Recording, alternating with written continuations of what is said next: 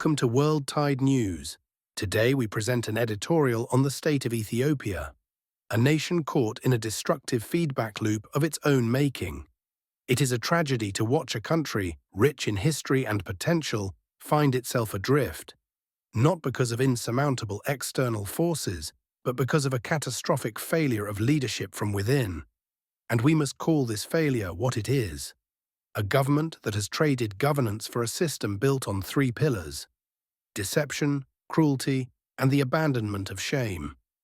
It is a profound structural failure rooted in an official policy that has redefined the very meaning of governance. Ethiopia is unraveling because it is led by men who cannot tell the truth, because they no longer recognize it. The policy of the lie.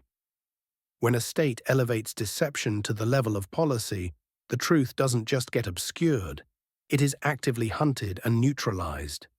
We are seeing official narratives dissolve into a tangled web, as the poet warned, where every pronouncement is designed not to inform, but to confuse and control.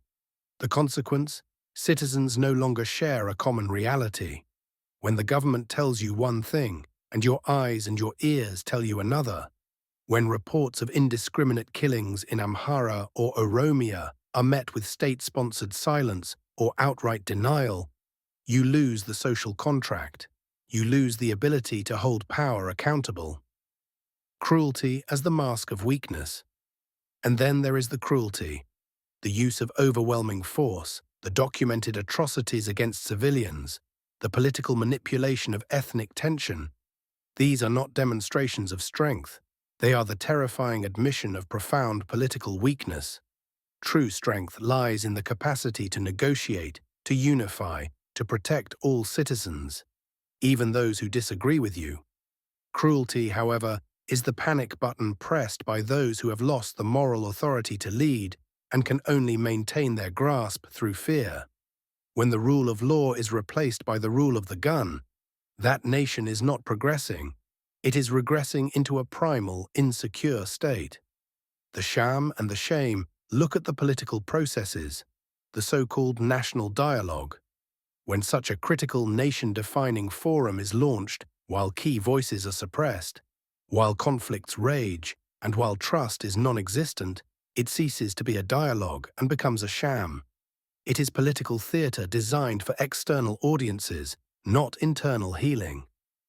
And the final, most chilling piece of this architecture is the disappearance of shame. Shame is the conscience of public life. When leaders can preside over mass violence, systemic deception, and the shattering of national unity without feeling a need to apologize, resign, or even acknowledge wrongdoing, they declare their conscience obsolete. The moral resistance.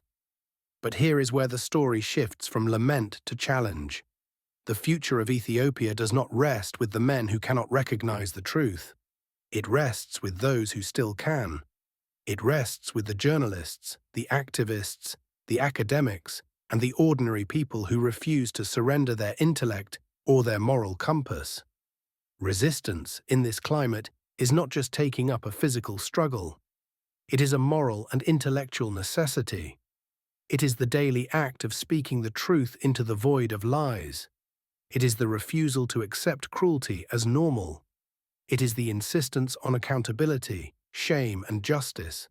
If this rising tide of moral integrity does not assert itself, if those who still know the difference between right and wrong do not step forward, then the tangled web of deception will not just ensnare the leaders, it will suffocate the very future of the nation.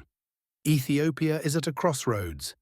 Its survival depends on whether enough people are willing to demand truth, reject cruelty, and restore the vital necessity of shame to public life. This is the World Tide News Challenge for today. Hold the line, speak the truth, because a nation that forgets how to recognize a lie has no future to look forward to. If you value staying informed about the forces shaping our world, please like, share, and subscribe. See you in the next report. Thank you for watching.